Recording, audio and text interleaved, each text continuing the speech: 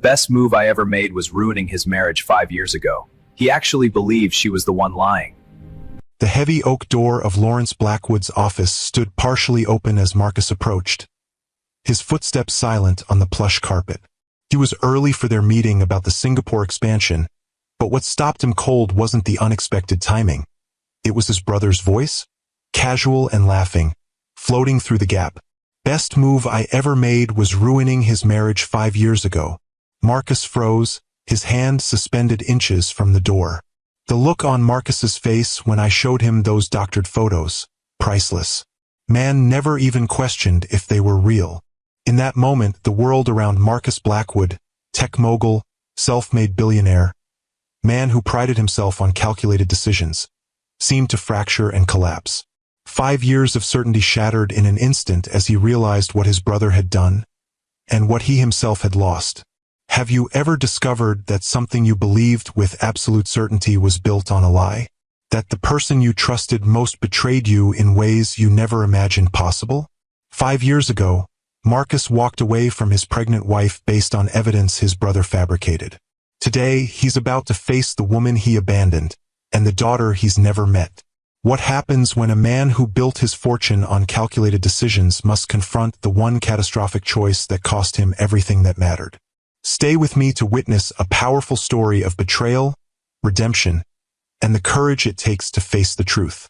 Hi, my beautiful queens. When someone we trusted shatters our world, we face a choice.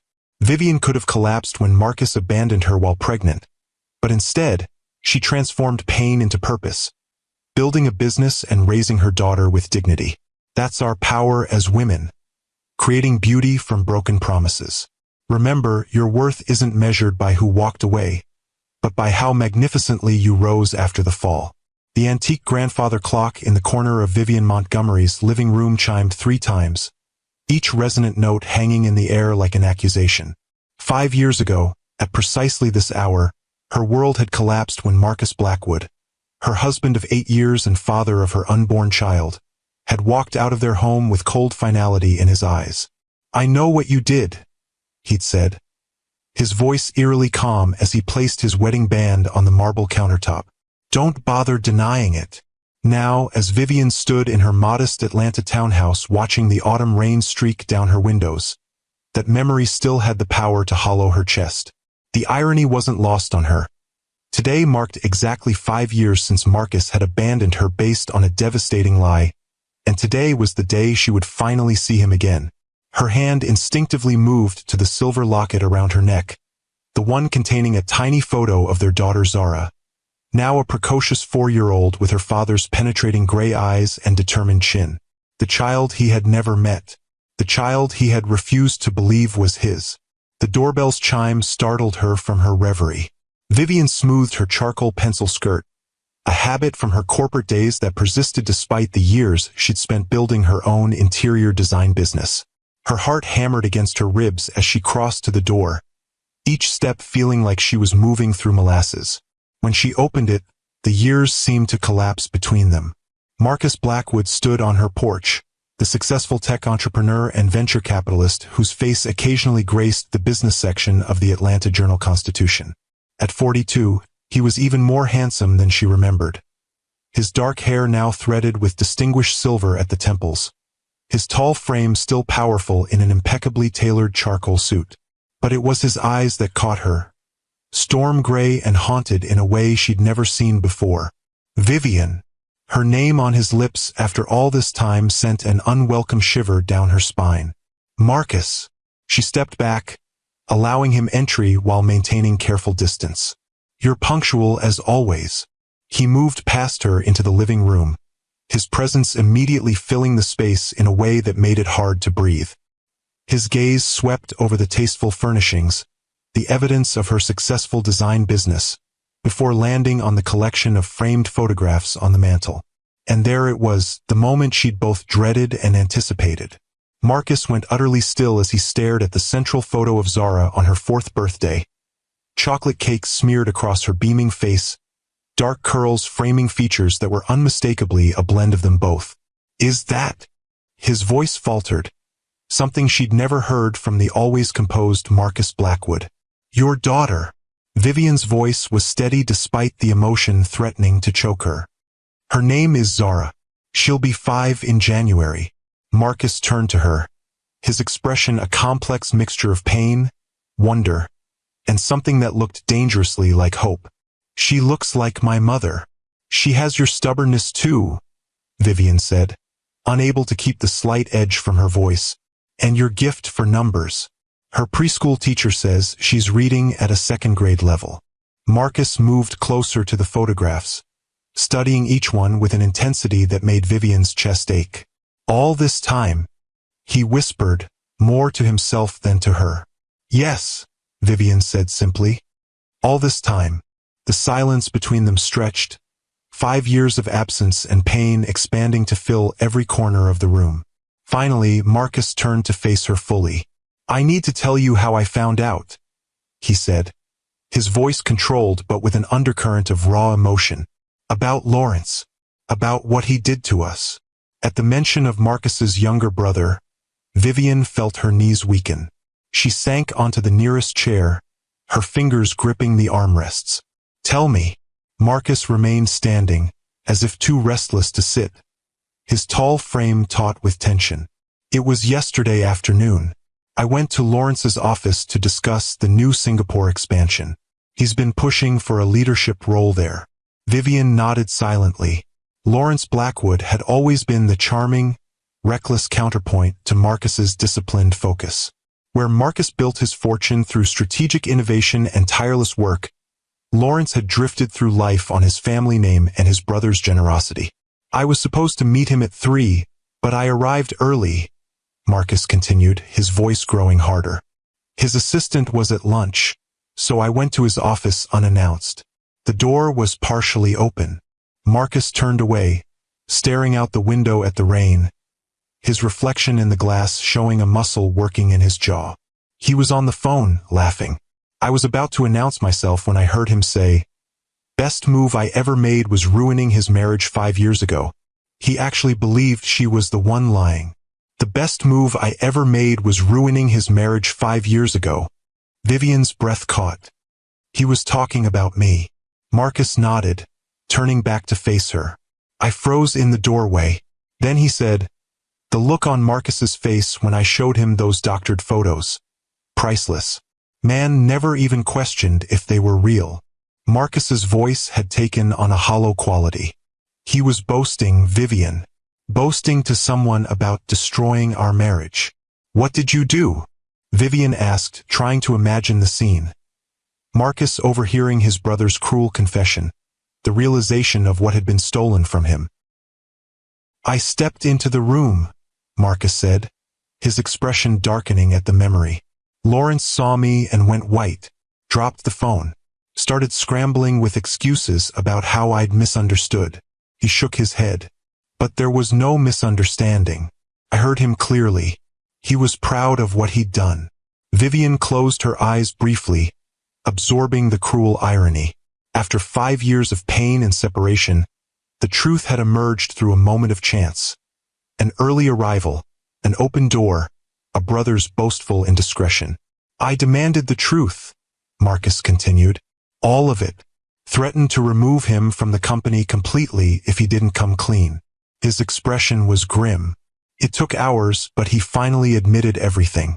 How he doctored photos of you entering Richard's apartment building, created fake text messages, even paid a hotel clerk to forge records. But why? The question that had tormented Vivian for 5 years finally escaped. What did he gain from destroying our marriage? Control, Marcus said simply. As long as I had a family of my own, he couldn't manipulate me. Couldn't keep accessing my money, my connections. He looked down at his hands. After I left you, I threw myself into work, expanded internationally, and Lawrence was right there, playing the supportive brother, gradually working his way into positions of influence in my companies. The pieces clicked into place for Vivian. Until you discovered he was embezzling. Marcus's head snapped up. How did you know? Atlanta's business community isn't that large, Marcus. And scandal travels fast. She shrugged slightly. I heard you had him removed from all your companies last year. that there was a settlement requiring his silence. $3 million of company money, Marcus confirmed, siphoned through fake consultancies over 2 years. His expression darkened. I should have pressed charges, but he's your brother, Vivian finished for him. Your only family. Marcus nodded, his gaze drifting back to the photographs of Zara. Or so I thought. If you've ever had your trust betrayed by someone you loved, hit that like button. This story might help you understand that sometimes, the people who hurt us most are fighting battles we know nothing about. The implication hung between them, fragile and uncertain. Before Vivian could respond, her phone chimed with a text message. She glanced at it, then back at Marcus. My mother's bringing Zara home early. They'll be here in 20 minutes. Marcus straightened, a flash of panic crossing his features. How do I? The sight of the always confident Marcus Blackwood at a loss for words stirred something unexpected in Vivian's chest.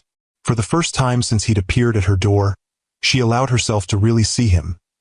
Not just the man who had broken her heart, but the boy who had grown up without parents, who had raised his troubled younger brother, who had built an empire from nothing through sheer force of will. She knows about you, Vivian said gently. I've never lied to her about who her father is. She has your picture in her room. Marcus's eyes widened. You told her about me? Even after? She deserves to know where she comes from, Vivian said simply. I've told her that her daddy lives far away, building important things that help people. That someday, when the time is right, she'll meet you. Tears gathered in Marcus's eyes, a sight so unexpected that Vivian felt her own throat tighten in response. In 8 years of marriage, she had seen him cry exactly twice. When his grandmother died, and when they'd learned she was pregnant after years of trying. I don't deserve your kindness, he said roughly. It wasn't for you, Vivian replied with honesty. It was for her. As the rain intensified outside, drumming against the windows, Vivian's mind drifted back to the beginning. To the day 8 years ago when everything between them had seemed so full of promise, so untouchable by doubt or betrayal. 8 years ago, the charity gala at the High Museum of Art represented everything Vivian Montgomery had worked toward in her career, recognition, influence, a seat at the table where Atlanta's most powerful decisions were made. As the youngest partner at Montgomery Design Group, the firm her grandmother had founded in 1965, Vivian had fought to be taken seriously in a world that often dismissed her as merely the pretty heir to a family business rather than the Harvard-educated designer whose modern vision was transforming the city's skyline. Tonight, in a midnight blue gown that complemented her warm brown skin, she moved confidently through the crowd, champagne flute in hand, discussing the firm's latest project, the revitalization of a historic neighborhood in West Atlanta, with the city's planning commissioner. The key is preserving the community's character while creating economic opportunity, she was explaining when she felt it. That peculiar sensation of being watched.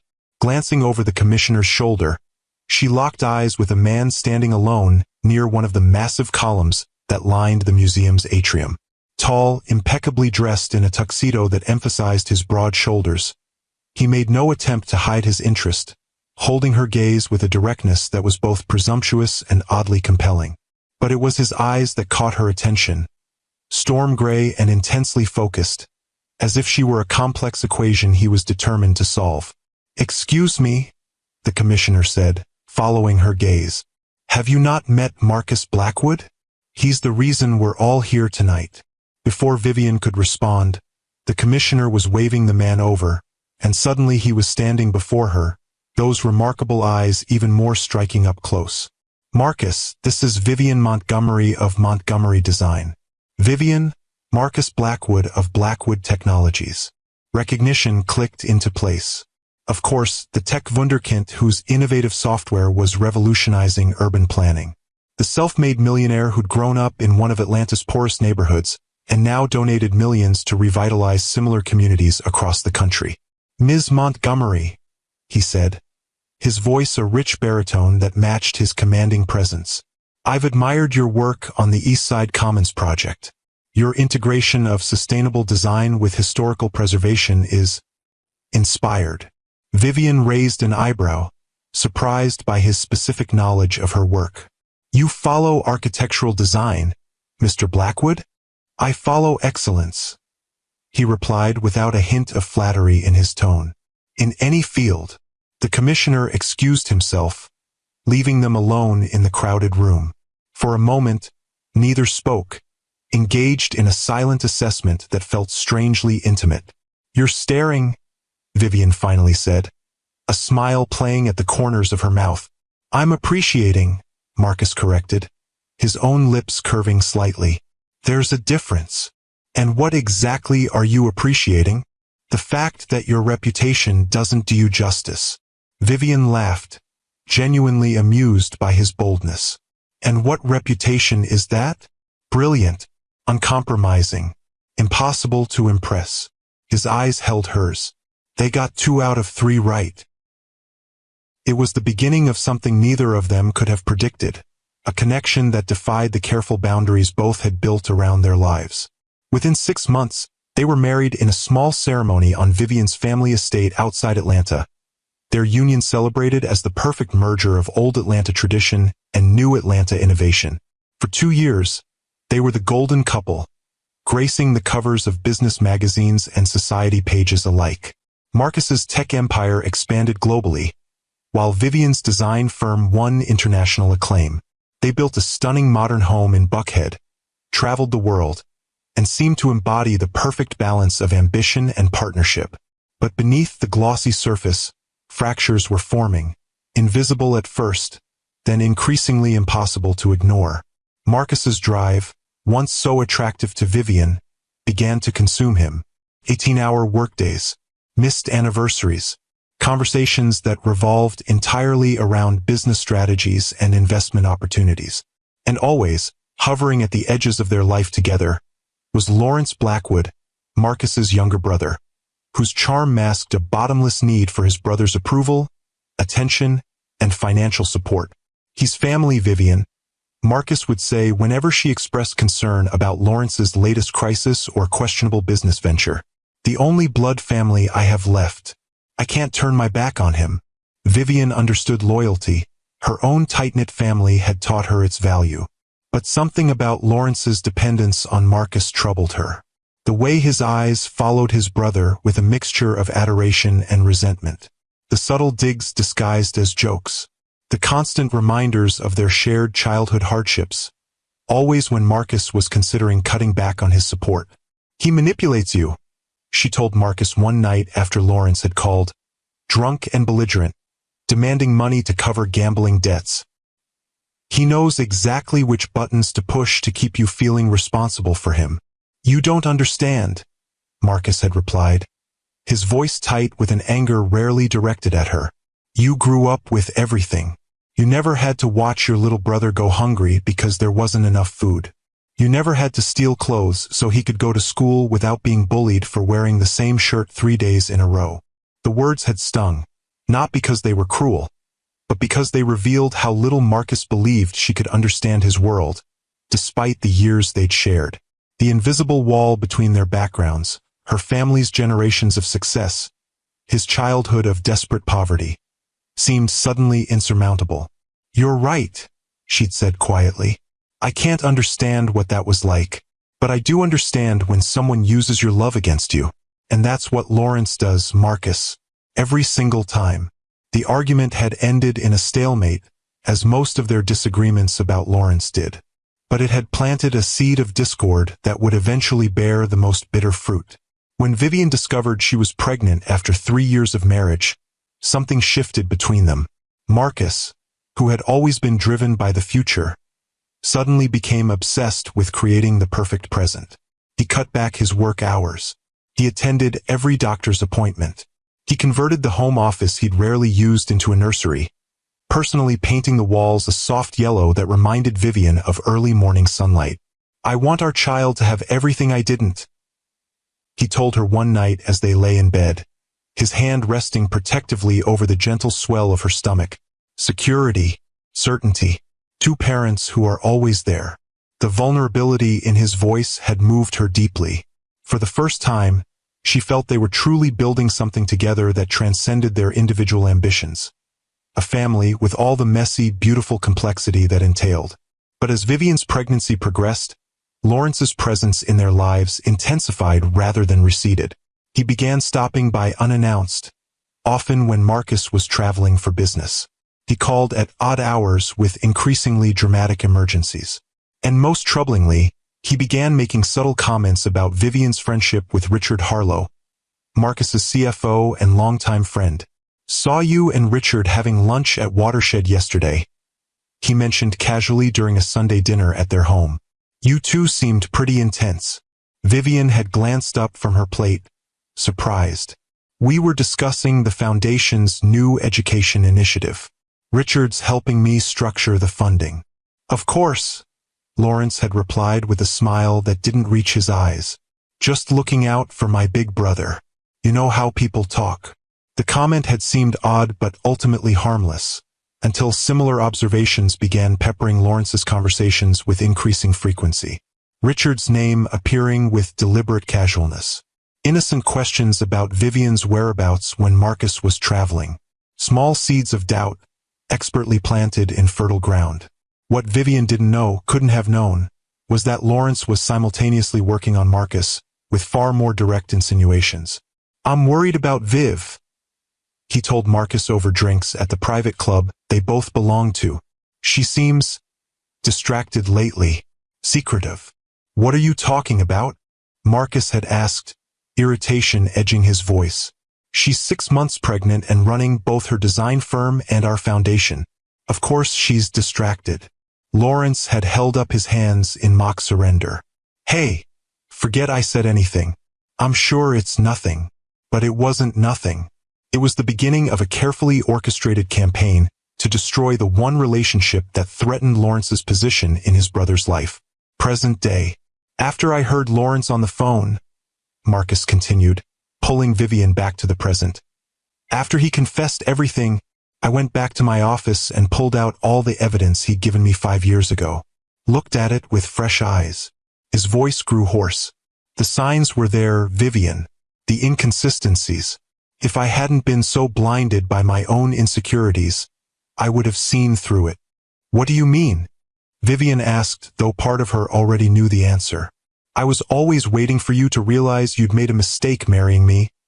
Marcus admitted vulnerability naked on his face. "The boy from Southside Atlanta who clawed his way out. When Lawrence showed me those photos, those texts, it confirmed my deepest fear. That I didn't deserve you. That eventually you would realize that no matter how many millions I made, I wasn't good enough." The raw honesty in his admission stunned her. In their 8 years together, through courtship, marriage, and building a life, Marcus had rarely spoken of his insecurities, of the childhood poverty he'd escaped through sheer determination and brilliance. "That's not fair," Vivian said, rising from her chair. "You never gave me the chance to fight for us. You made the decision alone, just like you always did." The anger she'd suppressed for years flared suddenly. "Do you have any idea what it was like? Being 7 months pregnant and abandoned? Having our friends, our colleagues, our entire social circle wondering what terrible thing I must have done to make Marcus Blackwood walk away." Marcus took a step toward her, stopping when she instinctively backed away.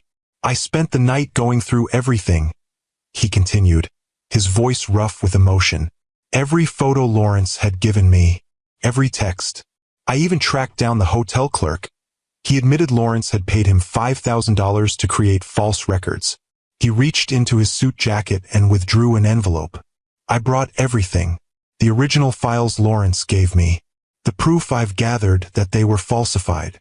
He placed the envelope on the coffee table between them. "I know it doesn't change what happened, doesn't erase the 5 years I've lost with you, with our daughter.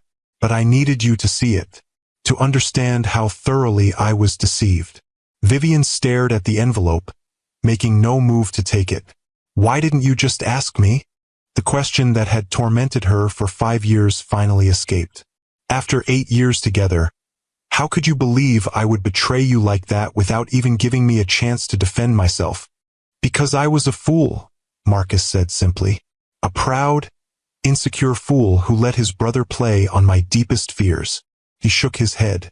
There's no excuse, Vivian. I failed you in the most fundamental way possible. I failed to trust you. The doorbell rang, cutting through the tension between them. Vivian glanced at her watch. Her mother and Zara were early. That's them, she said, moving toward the door.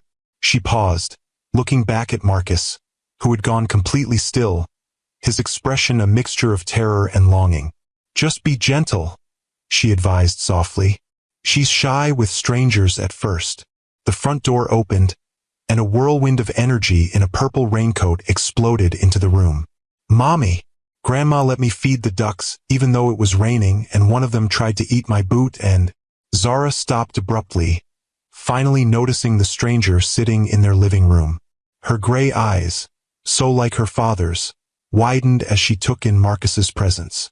For a heartbeat, the resemblance between them was so striking that Vivian felt her breath catch.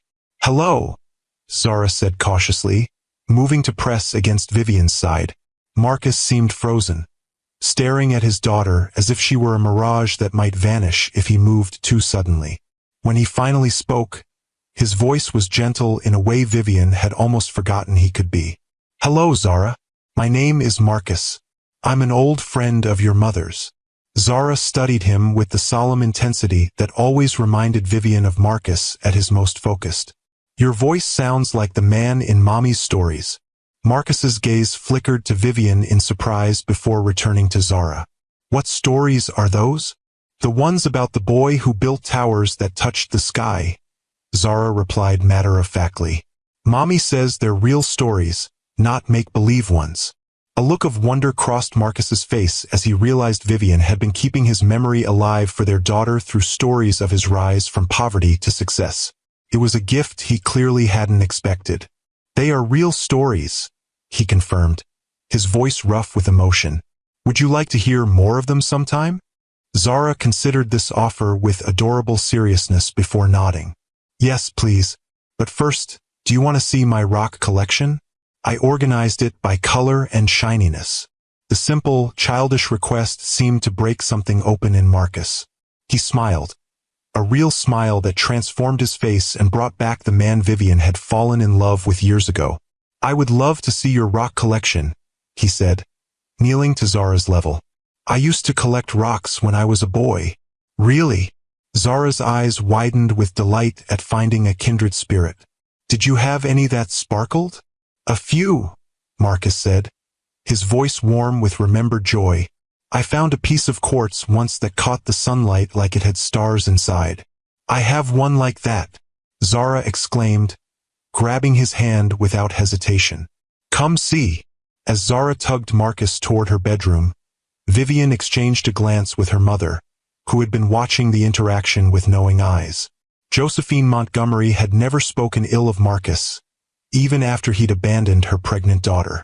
She'd simply been there, a pillar of strength when Vivian needed it most. So he finally learned the truth, Josephine said quietly, hanging her raincoat by the door. Vivian nodded, watching as Marcus allowed himself to be led away by the daughter he was meeting for the first time. Yesterday, Lawrence was bragging about it on the phone, and Marcus overheard. Josephine shook her head, disgust evident in her expression. That man always was poison. Even when you were first dating Marcus, I could see how Lawrence resented your relationship. I know, Mama, Vivian sighed. You tried to warn me. Not about Marcus, Josephine clarified. He's a good man who made a terrible mistake. I warned you about Lawrence. She squeezed Vivian's hand. What happens now? Vivian looked toward Zara's bedroom, where she could hear her daughter's excited voice explaining her classification system for rocks and minerals. I don't know, she admitted. 5 years is a long time. We're different people now.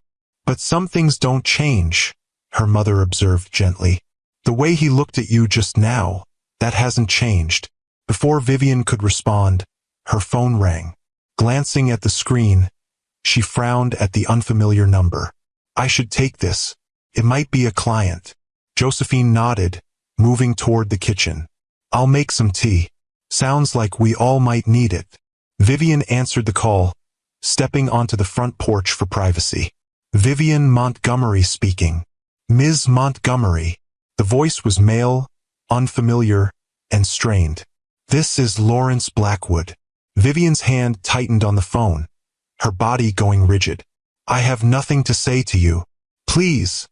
Lawrence's voice held none of the smooth charm she remembered. I know Marcus is there. I know he told you everything. But you don't understand. I understand perfectly. Vivian cut him off, her voice low and controlled despite the rage bubbling beneath the surface. You destroyed my marriage. You made your brother believe I was unfaithful. You robbed my daughter of her father for 5 years. What could you possibly say that would matter now? He'll destroy me, Lawrence said, desperation evident in every word. You don't know what he's capable of when he feels betrayed. He's already frozen my accounts, locked me out of the company. I have nothing left. The irony of his words wasn't lost on Vivian. So you're calling me for what? Sympathy? Intervention? I'm calling to warn you, Lawrence replied, his voice hardening. Marcus isn't the saint you think he is. He's ruthless in business, and he'll be ruthless with you too. Whatever reconciliation fantasy you're entertaining, it won't last. He'll hurt you again. You've lost the right to any opinion about my life, Vivian said, her voice steady despite the tremor of anger running through her. And you certainly don't get to warn me about a man you systematically betrayed. You think you know him, Lawrence persisted, but you only know the version he wanted you to see. Ask him about Valencia Tech. Ask him what happened to the Donovan family after he acquired their company. Ask him. Goodbye, Lawrence. Vivian ended the call, her heart racing. For a moment, she stood on the porch, letting the cool autumn air calm her nerves. Lawrence was desperate, cornered. Of course he would try to drive a wedge between her and Marcus now. It was the same manipulative playbook he'd always used. And yet, a small seed of doubt had been planted. What did she really know about the man Marcus had become in the 5 years they'd been apart? The business world whispered about his ruthlessness, his uncompromising approach to acquisitions. Had the pain of their separation hardened something in him that couldn't be softened again? Shaking off these thoughts, Vivian returned inside to find her mother arranging a tea tray in the kitchen. Lawrence, Josephine asked, reading her daughter's expression with the accuracy of long familiarity. Vivian nodded, trying to save himself as usual. That man would burn down the world to keep himself warm, Josephine muttered, placing delicate china cups on the tray. Don't let him get in your head, baby. Not again. I won't, Vivian promised.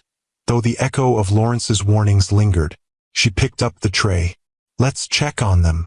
As they approached Zara's bedroom, the sound of laughter, her daughter's high, clear giggles and a deeper, richer chuckle she hadn't heard in years, stopped Vivian in the doorway.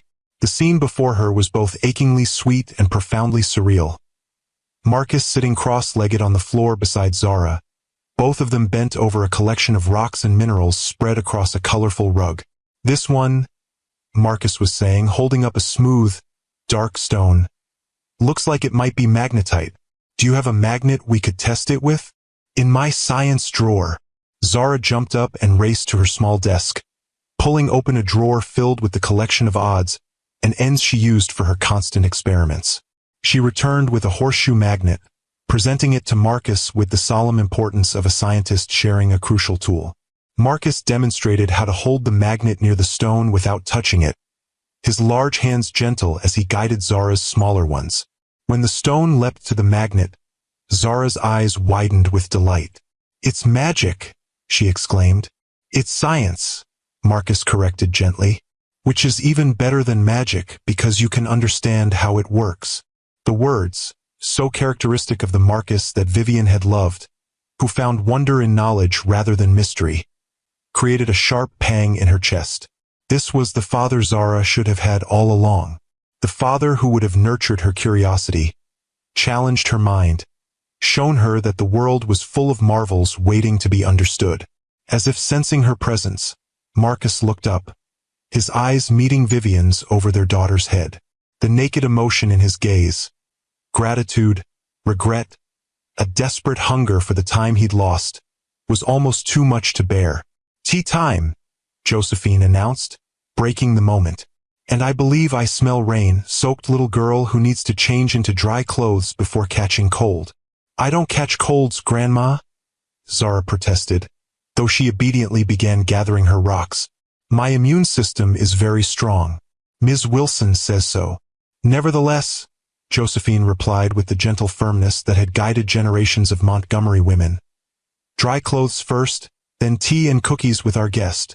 As Josephine ushered Zara toward the bathroom, Vivian set the tea tray on the small table in the corner of the room. Marcus rose from the floor, his movements slightly stiff from the unaccustomed position. She's extraordinary, he said quietly, his voice thick with emotion. So bright, so herself. She is, Vivian agreed, arranging cups with hands that weren't quite steady. She always has been. Even as a baby, she had this certainty about her. This sense that the world was exactly as it should be, and she was exactly where she belonged in it. Like you, Marcus observed. That same quiet confidence. Vivian looked up, surprised by the observation. I always thought she got that from you. Your focus. Your determination. A shadow crossed Marcus's face. Let's hope that's all she inherited from me. Before Vivian could respond, Zara returned in dry clothes, her curls still damp but neatly combed, her face shining with the excitement of unexpected company.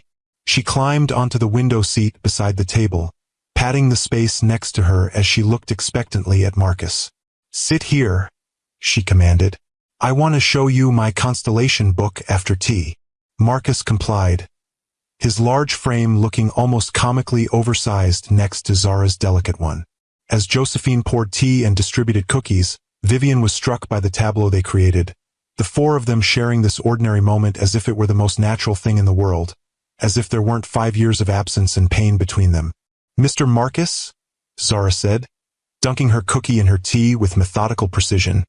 Do you build real towers like in Mommy's stories? Marcus glanced at Vivian, a question in his eyes. She nodded slightly, giving him permission to answer truthfully. I do, he said. My company builds software, computer programs that help people connect with each other all over the world. Our headquarters is in a tower downtown, 28 stories high. That's a lot, Zara said, impressed. Can I see it sometime? The innocent question hung in the air, laden with implications about future visits, ongoing connections, a relationship extending beyond this single afternoon. Marcus looked to Vivian again, clearly unwilling to make promises he might not be able to keep. We'll see, Vivian said gently. Mr. Marcus is a very busy man. Not too busy for this, Marcus said quietly, his gaze holding hers with an intensity that made her heart skip.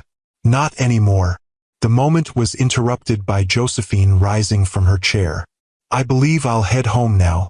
Those book club ladies will be at my house in an hour, and I haven't even looked at this month's selection. She bent to kiss Zara's forehead. Be good for your mama, sunshine. I'll see you on Saturday for our baking day.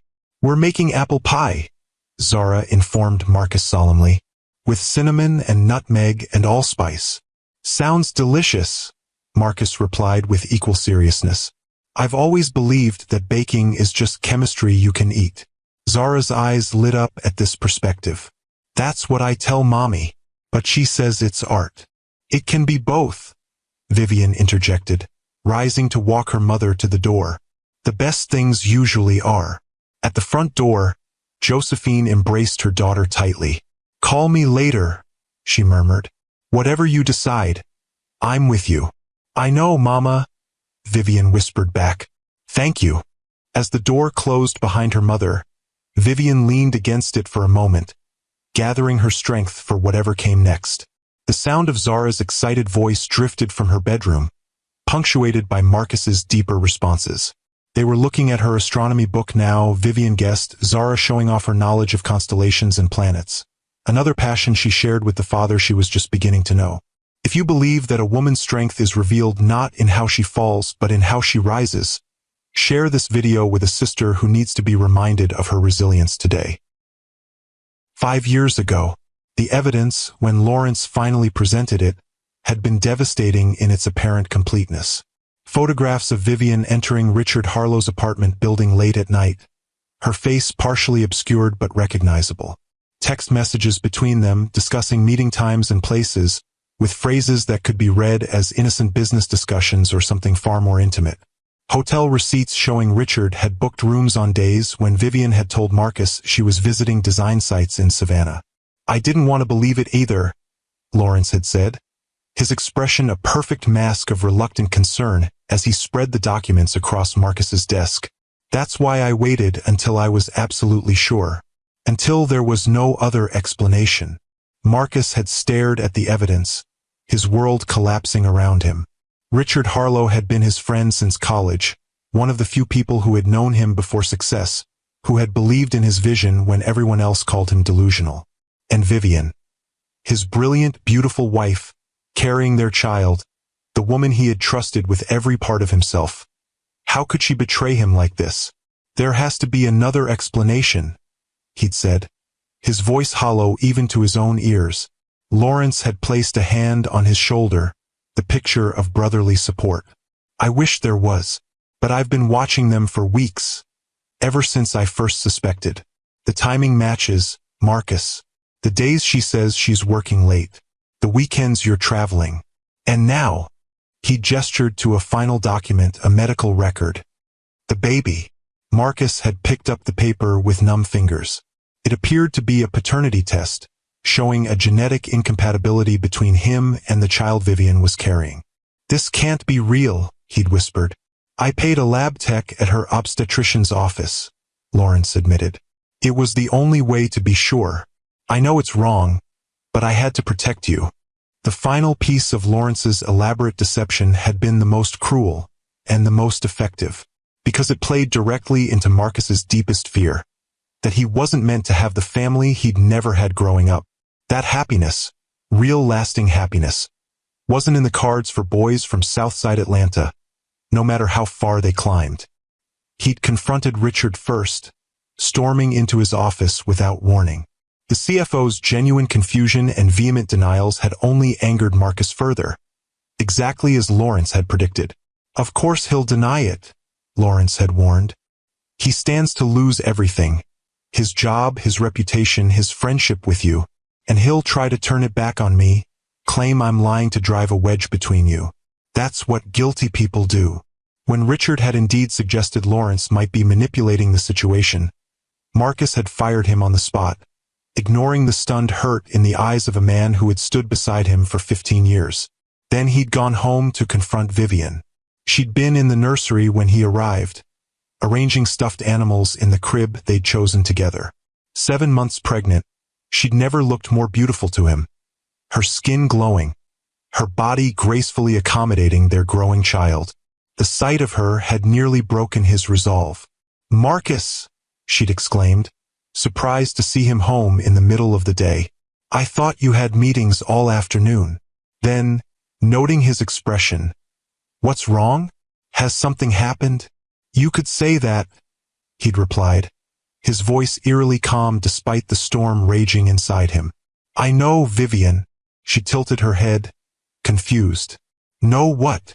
About you and Richard. About the baby." He gestured toward her rounded belly. "About the fact that it isn't mine."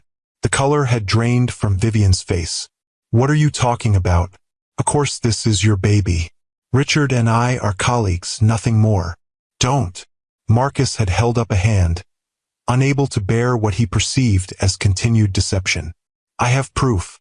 Photos, messages, even a paternity test." "A paternity test?"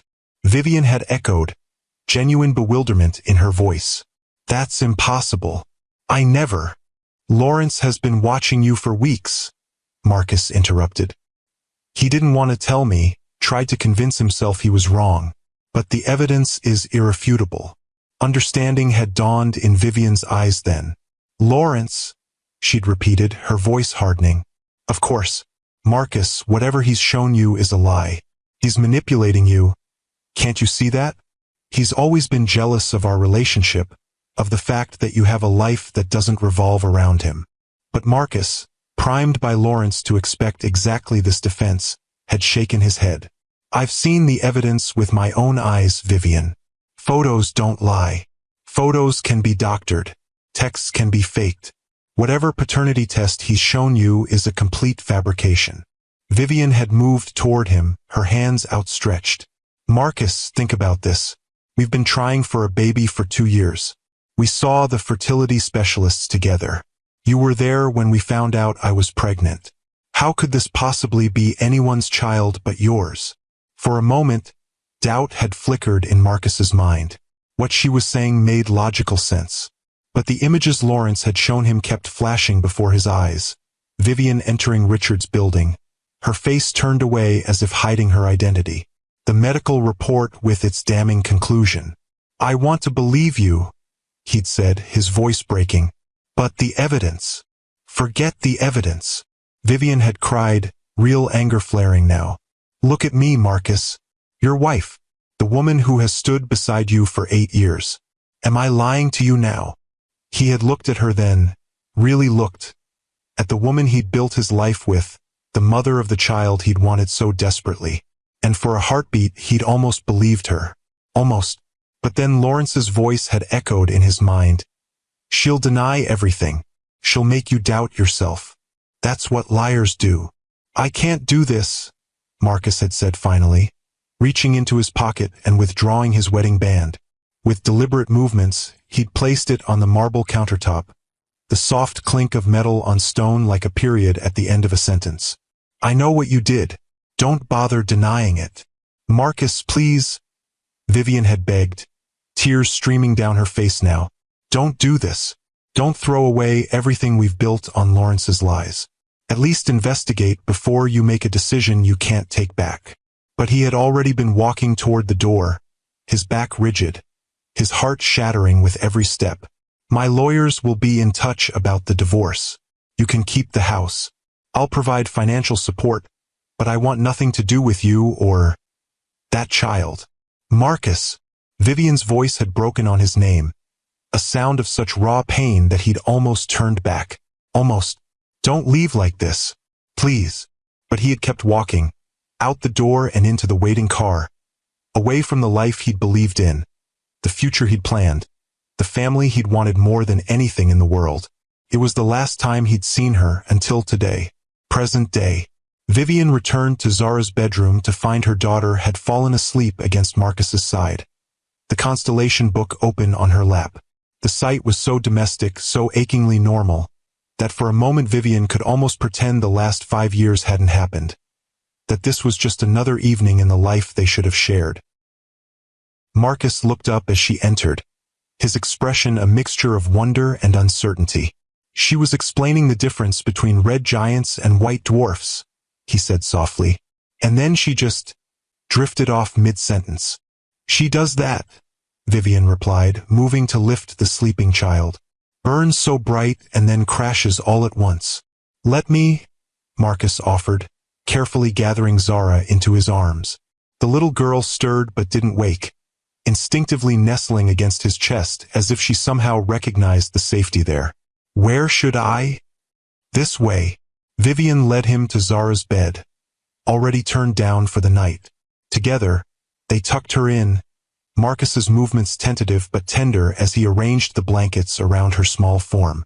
For a moment, they both stood watching their daughter sleep, the rise and fall of her chest, the slight flutter of her eyelashes against her cheeks. Then, by unspoken agreement, they retreated to the living room, closing Zara's door softly behind them.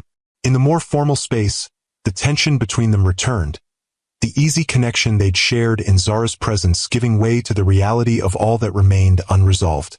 She's amazing with you, Vivian said, breaking the silence. Usually she's shy with strangers. I'm not a stranger, Marcus replied quietly. Not really, thanks to your stories. Vivian moved to the window, looking out at the rain-slicked street. I never wanted her to hate you. Whatever happened between us, you're her father. She deserves to know. She deserves to know where she comes from, who she comes from. Vivian turned back to face him. Even when I was angriest, I knew that much. Marcus sank onto the couch, the emotional weight of the day evident in the slump of his shoulders. I don't deserve your consideration, not after what I did. No, Vivian agreed, her voice gentle but firm. You don't. But this isn't about what you deserve. It's about what Zara deserves. A silence fell between them, filled with the soft patter of rain against the windows and the distant ticking of the grandfather clock that had witnessed so much of their shared history. Lawrence called me, Vivian finally said. Just now on the porch. Marcus's head snapped up, his expression hardening. What did he want? To warn me against you, ironically enough. She moved to sit in the armchair across from him. He seems to think you're going to destroy him. I am, Marcus confirmed, no apology in his tone. He's already been removed from the company. His accounts are frozen pending an investigation into the embezzlement. And once that's complete, I intend to press charges. Vivian studied him, noting the cold determination in his eyes, so different from the vulnerability he'd shown earlier. That's not the Marcus I knew. The Marcus you knew died the day he walked out on his pregnant wife, he replied, his voice low and controlled. What Lawrence did to us, there's no forgiveness for that, Vivian. Not this time. He's your brother, she said softly. Your only family. Marcus's gaze moved to Zara's closed bedroom door, then back to Vivian. No, he's not. The implication hung between them, fragile and uncertain. Before Vivian could respond, Marcus continued, his voice taking on an urgency she remembered from their early days together, when he would stay up all night explaining his vision for changing the world through technology. I know I have no right to ask anything of you, he said. No right to expect a place in your life or in Zara's. But I'm asking anyway. He leaned forward, his eyes intent on hers. Let me know her, Vivian. Let me be her father. Not just today, but going forward. I've missed 5 years I can never get back. I don't want to miss another day. The raw honesty in his plea touched something deep inside Vivian, a place that had remained tender despite her best efforts to harden it. For all her justified anger, she had never wanted to keep Zara from her father. She had sent birth announcements, photographs, milestone updates to his office, his homes, even through his attorney. All returned unopened. You walked away once, she said, voicing her deepest fear. What happens when things get complicated again? When Lawrence or someone else plants doubts? Will you walk away a second time? Never, Marcus said with quiet intensity. I've learned my lesson in the most painful way possible. Whatever relationship we have or don't have going forward, I will never abandon Zara again. You have my word. Vivian wanted to believe him. The Marcus she had married had been many things. Driven, sometimes distant, occasionally arrogant, but never a liar. His word had been his bond in business and in their marriage, until the day it wasn't. I need time, she said finally. This is a lot to process. For both of us. Marcus nodded, accepting her terms. Of course, whatever you need. He hesitated, then added, There's something else you should know. About Lawrence. What is it? The embezzlement wasn't his first betrayal. Marcus's expression darkened. After I left you, I threw myself into work, expanded internationally, and Lawrence was right there, playing the supportive brother, gradually working his way into positions of influence in my companies.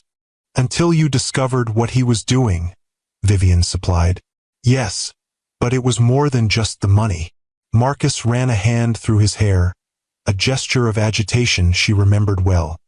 He was sabotaging projects, undermining key relationships, creating conflicts between team members, all while presenting himself as the peacemaker, the one holding everything together. Why? Vivian asked, though she suspected she already knew the answer. Control, Marcus said simply. As long as I was in crisis, as long as I needed him, he had power. The same reason he destroyed our marriage. The pieces clicked into place for Vivian. Lawrence's desperate phone call, his warnings about Marcus's ruthlessness. He's afraid you'll do to him what he did to us. With good reason, Marcus acknowledged. The difference is, he deserves it. Before Vivian could respond, her phone chimed with a text message. She glanced at it, then back at Marcus. It's getting late. I should check on Zara and start thinking about dinner. Marcus rose immediately, understanding the gentle dismissal. Of course, I've imposed on your time enough for one day. He reached into his pocket and withdrew a business card, placing it on the coffee table. My personal number. When you're ready to talk again. If you're ready, I'll be available. Day or night. Vivian nodded, rising to walk him to the door. As they stood in the entryway, the physical space between them seemed to shrink, charged with the memory of what they had been to each other and the uncertainty of what they might become. Thank you, Marcus said quietly, for letting me meet her, for the stories you've told her, for not poisoning her against me when you had every right to.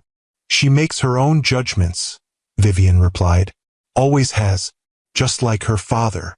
A ghost of a smile touched Marcus's lips. Let's hope she has better judgment than I've shown. He turned to go, then paused, his hand on the doorknob.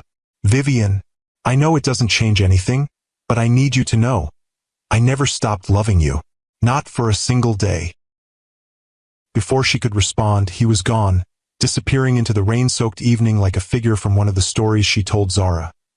The boy who built towers that touched the sky, who lost everything that mattered, who had to find his way back to what truly made him rich. Closing the door, Vivian leaned against it, her emotions too complex to name. Anger and relief, hope and fear, the lingering ache of old wounds and the tentative possibility of healing. All swirled within her like colors in a kaleidoscope, forming patterns she couldn't quite interpret. A soft sound from Zara's room pulled her from her thoughts. Moving quietly down the hall, she found her daughter sitting up in bed, rubbing sleep from her eyes. Where's Mr. Marcus? Zara asked, her voice still fuzzy with sleep. He had to go home, sweetheart, Vivian said, sitting on the edge of the bed and smoothing Zara's wild curls. But he said to tell you how much he enjoyed meeting you. Zara nodded, processing this information with her usual seriousness. He's nice, and he knows a lot about rocks and stars. She looked up at her mother, her gray eyes, so like Marcus's, wide and questioning. Is he going to come back? The simple question carried so much weight, so many implications. Vivian chose her words carefully. Would you like him to? Yes, Zara said without hesitation. He feels familiar, like I already know him. Out of the mouths of babes, Vivian thought, her heart constricting. We'll see, baby. It's complicated. Grown-ups always say that, Zara observed with the wisdom of her 4 years. But sometimes things are only complicated because you make them that way. Vivian laughed softly, struck by the simple truth in her daughter's words. When did you get so smart? I was born this way, Zara replied matter-of-factly, then yawned widely. Can we have spaghetti for dinner? Spaghetti it is, Vivian agreed, grateful for the shift to more mundane concerns. Rest a little longer while I start cooking. As she prepared dinner, Vivian's mind kept returning to Marcus's parting words. I never stopped loving you. Not for a single day. Were they true? And if they were, did it matter after everything that had happened? 5 years was a long time. They were different people now. She had built a life without him, a successful business, a home for herself and Zara. She had dated occasionally, though never seriously.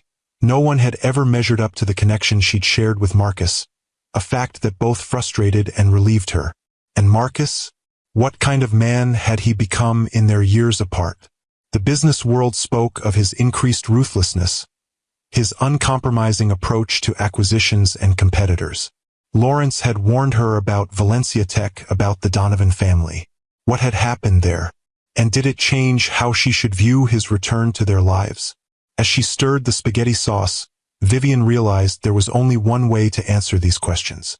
She needed to investigate for herself, to learn who Marcus Blackwood had become before she could decide whether to let him back into their lives. If this story of redemption and second chances touched your heart, subscribe to Timeless Love Tales with Mr. Harrison for more powerful stories that remind us it's never too late to heal old wounds. The next morning, after dropping Zara at preschool, Vivian drove to the gleaming tower in downtown Atlanta that housed Blackwood Technologies headquarters. She hadn't called ahead, hadn't used the business card Marcus had left. This wasn't about their personal relationship, at least not directly. This was about understanding the man who wanted to be part of their daughter's life. The receptionist in the soaring lobby recognized her immediately, a reminder of how closely her life had once been tied to this company. "Ms. Montgomery, it's been years.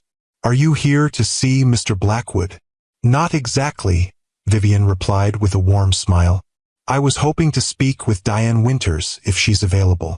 Diane had been Marcus's executive assistant since the early days of the company, a formidable woman who knew more about the inner workings of Blackwood Technologies than anyone except Marcus himself. She had also been one of the few people who had reached out to Vivian after the separation, sending a simple card that read, "Whatever you need, whenever you need it. D." 10 minutes later, Vivian was being ushered into Diane's office, a sleek space with views of the Atlanta skyline. The older woman rose from behind her desk, her professional demeanor giving way to genuine warmth as she embraced Vivian. "It's about time," Diane said, stepping back to study her. "You look wonderful. Motherhood agrees with you." "It does," Vivian agreed, taking the seat Diane offered, "though it's not without its challenges." "I can imagine." Diane returned to her chair, her shrewd eyes assessing. "I assume this visit has something to do with Marcus showing up at your door yesterday?" Vivian raised an eyebrow. "News travels fast. He canceled every meeting on his calendar for the afternoon. Came back looking like he'd seen a ghost, or found one." Diane leaned forward, her expression softening. "He told me about your daughter, Zara. Beautiful name." "Thank you." Vivian hesitated, then decided on directness. "I need to know who he is now, Diane. What kind of man he's become, before I can decide whether to let him into Zara's life." Diane nodded, understanding immediately. "You want to know about Valencia Tech, about the Donovans." Vivian's surprise must have shown on her face, because Diane smiled slightly. "Lawrence called you, didn't he? Tried to paint Marcus as some kind of corporate monster." "Something like that," Vivian admitted. "Is there truth to it?" Diane considered the question, her expression thoughtful. "Marcus has changed since you left, hardened in some ways. The man who walked out of your house 5 years ago was devastated, Vivian. Believed he'd lost everything that mattered. The man who returned was focused, driven in a way that sometimes bordered on obsession. And Valencia Tech? A hostile takeover, yes, but not the way Lawrence would have you believe." Diane opened a drawer and withdrew a file, sliding it across the desk. "Marcus acquired Valencia because their CEO, James Donovan, was systematically stealing from his employees' pension fund, using the money to cover personal gambling debts." Vivian opened the file, scanning the documents inside, financial records, investigative reports, court filings. "I had no idea. Few people do. Marcus kept it quiet to protect the employees from further trauma. He restructured the company, restored the pension fund from his personal accounts, and offered James Donovan a choice: resign quietly or face criminal charges. That doesn't sound like the ruthless destroyer Lawrence described." "Marcus can be ruthless," Diane acknowledged, "but there's always a line he won't cross. Always a principle at stake." She paused, studying Vivian. "The hardest part for him after you left was believing he'd failed at the one thing that mattered most to him, family. Changed him, Vivian. Made him more cautious in some ways, more reckless in others." "And Lawrence? Did Marcus suspect anything before yesterday?" Diane's expression hardened. "We all did. Lawrence has been sabotaging this company for years, undermining Marcus at every turn while playing the devoted brother. The embezzlement was just the final straw." "Why didn't anyone say anything?" "We tried. But Lawrence had positioned himself as Marcus's protector, the only one who truly had his best interests at heart. Anyone who questioned Lawrence's motives became an enemy." Diane shook her head. "It was masterfully done. I'll give him that. A perfect isolation technique." Vivian absorbed this information, her mind racing. The picture emerging was complex, A Marcus who had indeed hardened, but whose core values remained intact. A man who had been manipulated and isolated by the brother he trusted, just as he had been 5 years ago. "There's something else you should know," Diane said, her voice gentler now. "About the birth announcements, the photos, the updates you sent." Vivian looked up sharply. "He never opened them. They were all returned." "By Lawrence," Diane confirmed. "He intercepted everything.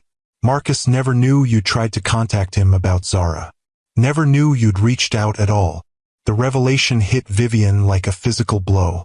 All these years, she'd believed Marcus had deliberately rejected their child, had chosen to remain ignorant of her existence. To learn that this, too, had been Lawrence's manipulation. "Why are you telling me this?" she asked, her voice barely above a whisper. "Because you deserve the truth," Diane replied simply. "All of it. And because I've watched Marcus Blackwood build an empire while his personal life crumbled to dust.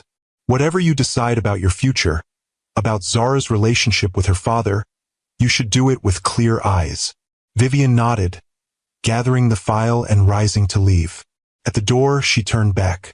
"Thank you, Diane, for everything." "Just one more thing," Diane said, her expression serious. "Be careful with Lawrence.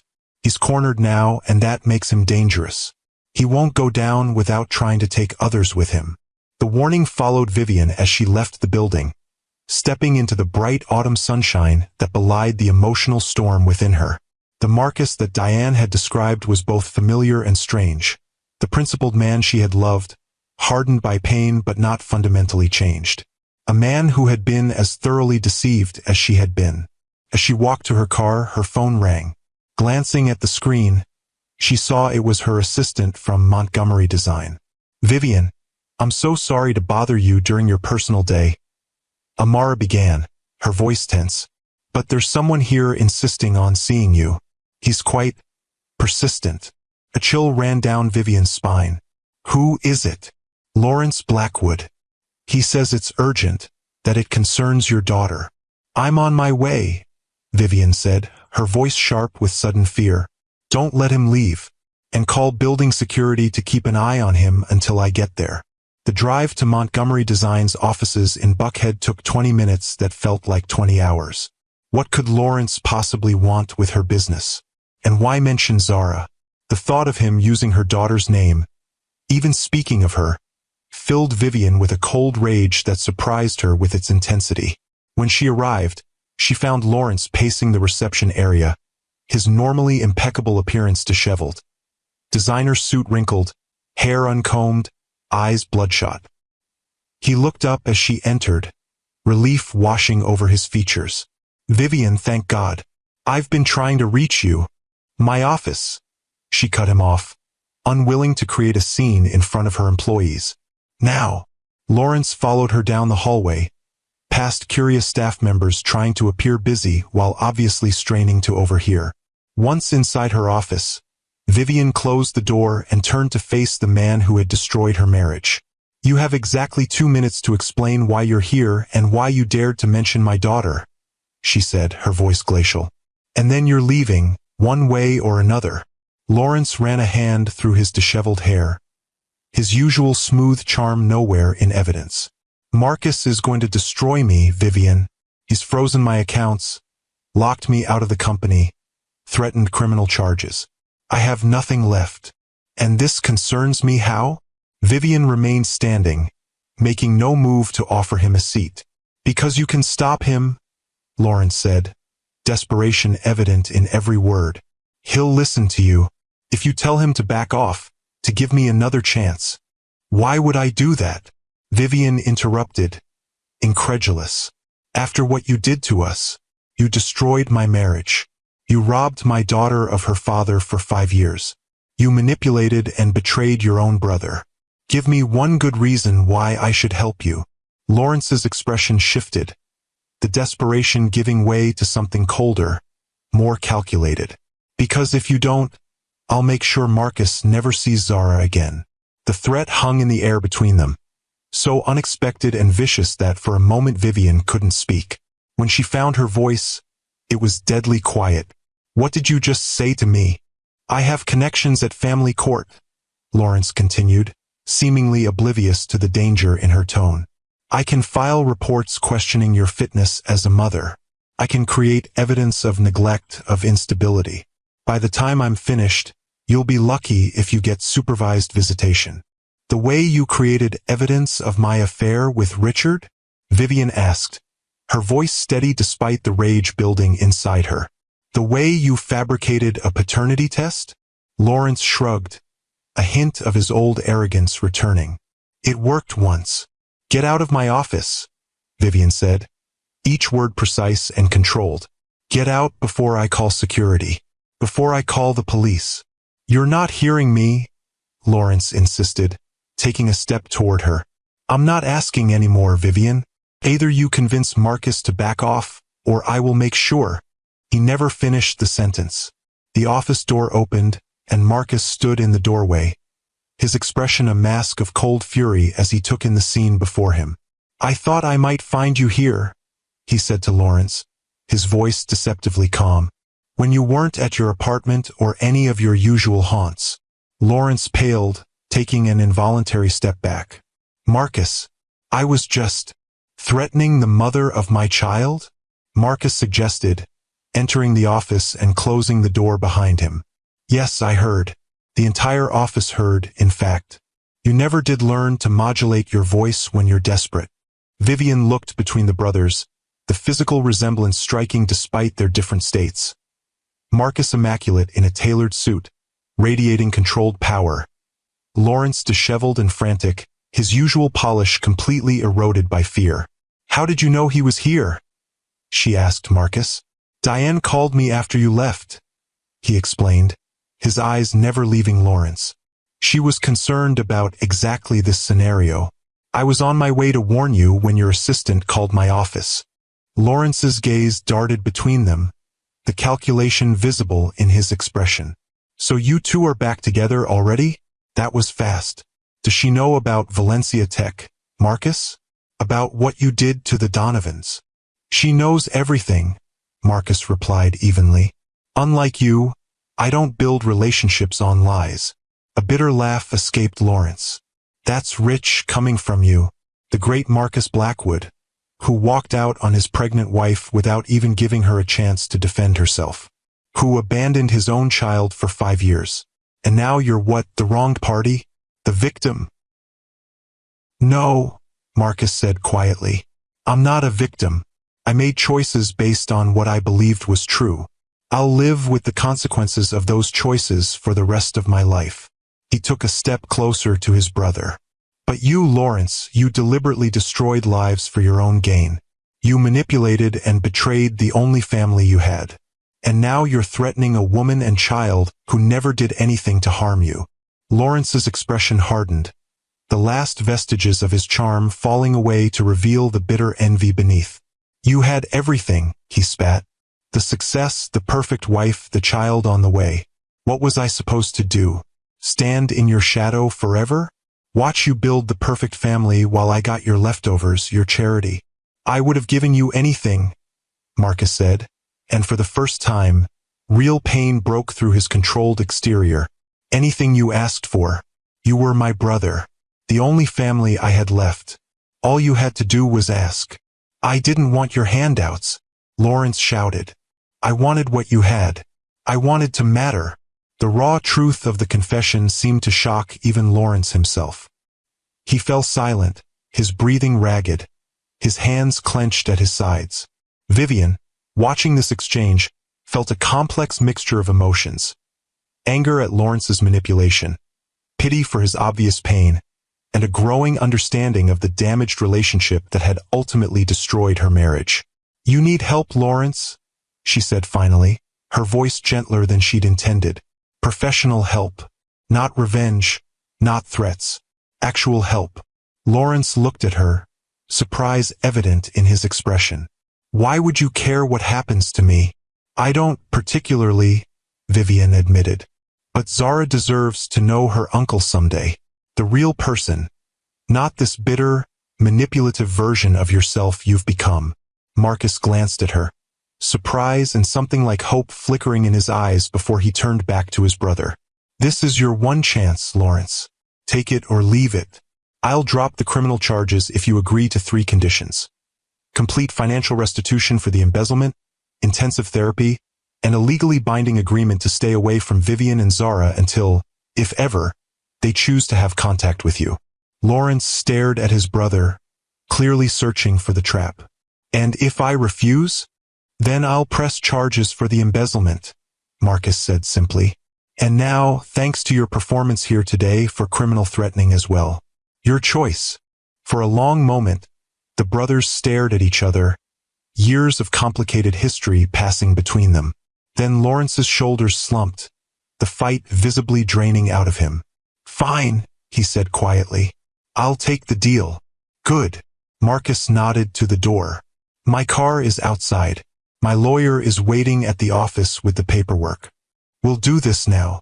Lawrence moved toward the door, then paused, looking back at Vivian. "For what it's worth, I am sorry.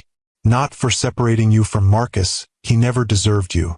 But for involving you and your daughter in this. That was beneath me." It wasn't a real apology, not really. But it was perhaps the closest thing to honesty Lawrence Blackwood was capable of in that moment. Vivian acknowledged it with a slight nod, neither accepting nor rejecting the half-hearted olive branch. As Lawrence left the office, Marcus turned to Vivian, concern evident in his expression. "Are you all right? Did he threaten you before I arrived?" "I'm fine," she assured him, "though I'm not sure my staff will recover from all this drama anytime soon." She attempted a smile that didn't quite reach her eyes. "How did you know to come here?" "When Diane told me Lawrence was missing and likely desperate, I tried to think where he might go, who he might target." Marcus ran a hand through his hair, a gesture of agitation she remembered well. "I called your home first, then your mother's. When I couldn't reach you, I called your office. Your assistant told me what was happening." Vivian nodded, processing this. "I was at your office, actually, speaking with Diane." Surprise flickered across Marcus's features. "About you," Vivian said simply. "I needed to understand who you've become before I could decide about Zara. About us." Marcus absorbed this, his expression thoughtful.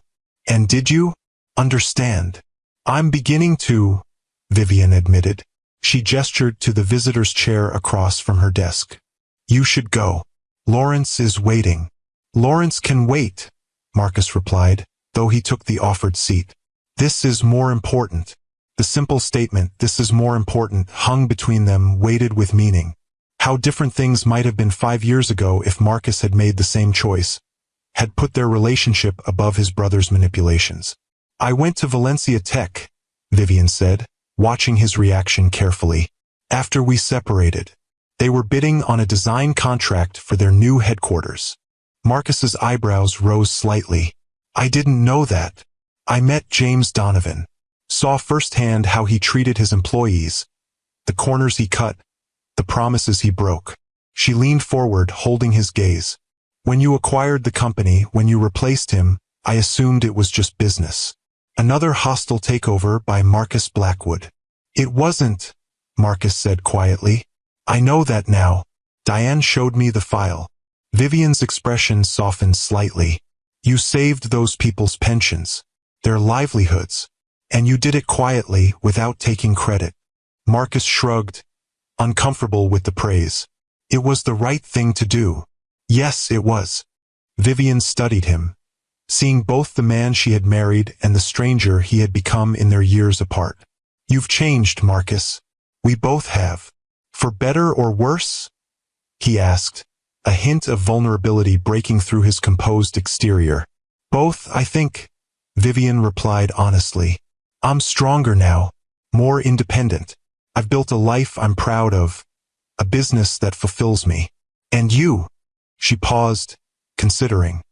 "You're harder in some ways, more decisive, less willing to compromise. But the core is the same," Marcus said, his voice low and intent. "The things that matter most to me haven't changed, Vivian. If anything, losing you, losing the family we should have had, only clarified what truly matters. The sincerity in his words touched something deep inside her, a place that had remained tender despite her best efforts to harden it. For all her justified anger, for all the pain of the past 5 years, she couldn't deny the connection that still existed between them.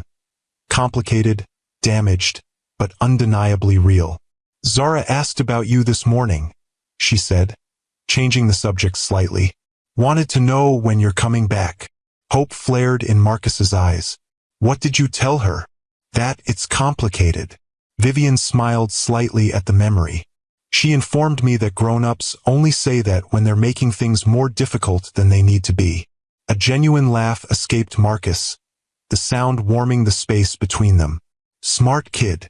Too smart sometimes," Vivian agreed. She hesitated, then made a decision.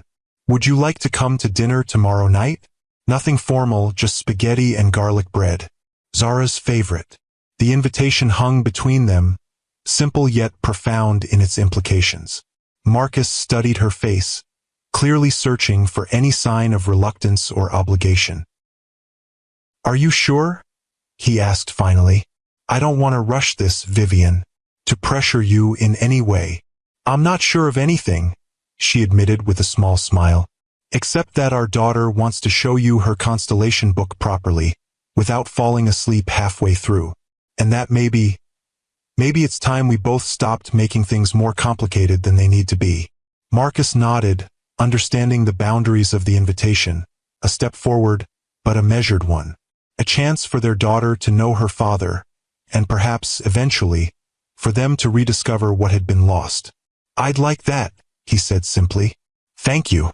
As he rose to leave, to deal with the waiting Lawrence and all the complications that entailed, Vivian found herself speaking again, voicing the question that had lingered since his revelation the day before. "Why didn't you just ask me?" The words were soft, but they stopped Marcus in his tracks. "After 8 years together, how could you believe I would betray you like that without even giving me a chance to defend myself?" Marcus turned back, his expression raw with regret. "Because I was a fool," he said, echoing his words from the day before. "A proud, insecure fool who let his brother play on his deepest fears." He shook his head. "There's no excuse, Vivian. I failed you in the most fundamental way possible. I failed to trust you." The honesty in his admission, the complete absence of justification or defense, touched Vivian deeply. This was the man she had married, flawed, sometimes proud, but ultimately honest about his failings. "Trust is earned," she said quietly. "If we're going to have any kind of relationship going forward, even just as Zara's parents, we need to rebuild that. Slowly, carefully." "I understand," Marcus replied, his gaze steady on hers. "And I'm willing to do whatever it takes, for as long as it takes. You and Zara are worth it." As he left her office, Vivian remained seated, the emotional weight of the past 2 days settling around her like a heavy cloak. So much had happened, so much had been revealed. The truth about Lawrence's betrayal, the reality of Marcus's continued feelings for her, the possibility of a future that included both parents for Zara. It was too much to process all at once, too complex to reduce to simple decisions or clear paths forward. But for the first time in 5 years, Vivian felt something she had almost forgotten: hope. Not just for Zara to know her father, but for herself to heal the wounds that had shaped her life since Marcus walked away. The road ahead would not be easy. Trust, once broken, could not be instantly restored. Love, once betrayed, could not simply resume as if nothing had happened. But perhaps, with time and truth and the unifying love they both felt for their daughter, something new could grow from the ashes of what had been lost. Vivian reached for her phone, scrolling to the photos she had taken that morning before dropping Zara at preschool. Her daughter beaming in a new dress, excited about show and tell. With only a moment's hesitation, she sent the image to the number on Marcus's business card, adding a simple message: "Looking forward to dinner tomorrow, 6 p.m. V." The response came almost immediately: "So am I. More than I can say." It wasn't forgiveness, not yet. It wasn't reconciliation or promises of forever. But it was a beginning, a small step toward healing, toward truth, toward the family that might have been and perhaps someday still could be. As Vivian turned back to her work, the weight on her shoulders felt lighter somehow. 5 years ago, a lie had torn apart everything she believed in. Today, the truth had opened a door she had thought forever closed. What lay beyond that door remained to be seen, but for the first time in a very long time, Vivian Montgomery was ready to find out. My beautiful queens, isn't it amazing how life's most painful moments can sometimes lead us to our greatest strength? When Marcus walked away from Vivian, he didn't just break her heart. He forced her to discover a resilience she never knew she possessed. She built a business. She raised a daughter. She created a life filled with purpose and dignity. And when the truth finally emerged, she faced it not as a victim seeking revenge, but as a woman of wisdom weighing what was best for her child and her own heart. That's the kind of strength that defines us as women, not the absence of pain, but what we choose to build from its ashes. Remember this, my sisters. Sometimes the longest journeys bring us right back to where we started, but with new eyes to see what was always there. Whether your path leads to reconciliation like Vivian's might, or to a completely new beginning, trust that you have everything you need to rise, to rebuild, and to reclaim the joy that is rightfully yours. If the story touched your heart today, remember that your own story is still being written. Every chapter, even the painful ones, is shaping you into the magnificent woman you're becoming. And that, my queens, is a beautiful thing. Sometimes life's greatest betrayals become our most powerful teachers. They show us who we truly are when everything we thought we knew comes crashing down. Vivian could have let bitterness consume her when Marcus walked away, but instead, she channeled that pain into building something beautiful. A thriving business, a loving home for her daughter, and most importantly, an unshakable sense of her own worth. And when Marcus returned, she faced him not with the weakness of someone desperate to reclaim the past, but with the strength of a woman who knows her value. That's the kind of resilience I wish for each of you watching today. Whether you're in the middle of your storm right now or healing from wounds inflicted years ago, know this: you are not defined by who walked away or what was taken from you. You are defined by how magnificently you rise, how compassionately you love, and how courageously you open yourself to truth, even when that truth arrives 5 years later than it should have. I'm Mr. Harrison, and I'll be back next week with another story that reminds us all of the power of a woman's heart to heal, to forgive, and to create beauty from life's most broken places. Until then, hold your head high, queens. Your crown may get heavy sometimes, but you were born to wear it.